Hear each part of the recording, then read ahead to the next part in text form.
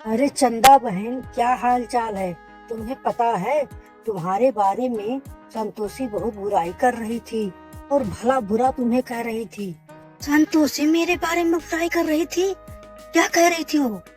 कह रही थी कि जब से वो घर में आई हुई है वह बाहर निकलती नहीं है और अपने आप को समझती क्या है। अच्छा, मेरे बारे में इतनी बुरी सोच चुकी है।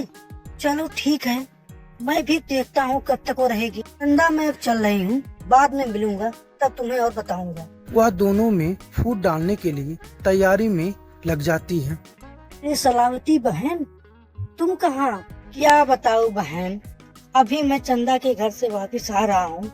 वह तुम्हारे बारे में तरह तरह की बुराई कर रही थी कि तुम अपने आप को बनती क्या हो, कि तो जैसे लगता है कि वे सुंदरी तुम हो। ना तुम्हारे बारे में ही कह रही थी। अच्छा, चंदा मेरे बारे में इतनी बुरी सोच रखती है? अरे भगवान मुझे सुंदर बनाए हैं तो उसका क्या जायज। यही तो मैं चंदा को बोला कि वो इतनी सुंदर है तो तुम्हारा क्यों जाता है। अरे वो सुंदर है तो सुंदर है ही। ताओ बहन, चंदा मेरे बारे में ऐसे सोचती है, मैंने सोचा नहीं था। अरे तुम इतनी जानती हो? अरे वो बहुत सोचती है। मैं तो फूट डाल दे रहा हूँ दोनों में। अरे बहनों, तुम लोग सुना? अरे ये जो चंदा नहीं है वो अपने पड़ोसी से इतना लड़ती है कि मैं देखकर तंग रह गया हूँ। बाप रे बाप, ऐसी औरत होती है, मैंने देखा नहीं। तो तुम क्या कर रही थी वहाँ पे? अरे इनको जानती नहीं हो, ये झगड़ा सुनती है वहाँ जाके। तुम लोग अपने हिम्मत पे रहो, मैं जो सुनता हूँ वही करता हूँ, ठीक है? दोनों गुस्से के मारे आंख बबूला होकर राजा के दरबार में जाते हैं कि वहाँ उसे एक वृद्ध अवस्था में रहने वाली बुढ़िया मिल जाती है और उन लोग को रोक कर कहती है, अरे चंदा, तुम लोग इतने परेशान क्यों हो? मैं तुम्ही लोग को देख रहा हूँ। अरे उसका काम है तुम दोनों में झगड़ा लड़ा रही है। अरे तुम लोग समझ जाओ, वो तुम लोगों में झगड़ा लड़ा रही नहीं। वह मुझसे बोली कि मैंने घमंडी बोला है। तुम बोली हो कि मैं गोरी हूँ और घमंडी बन रही हूँ। सच में मैंने तुम्हें कभी नहीं ये सब कहा है। वह झूठ बोल रही है। बाप रे बाप, वह सच में हम दोनों में लड़ा रही है।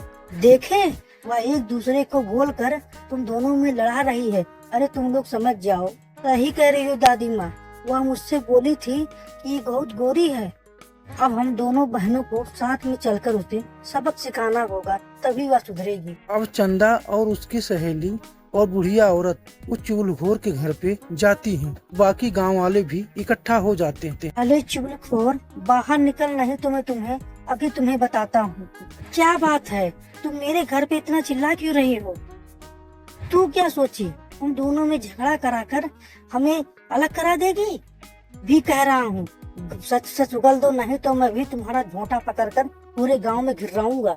मेरी गलती, मैंने कुछ नहीं किया है। अरे कली, अरे तू समझ जा, क्या बोलती है? इन दोनों में झगड़ा कराती है और बोलती है कि हम नहीं कराए हैं।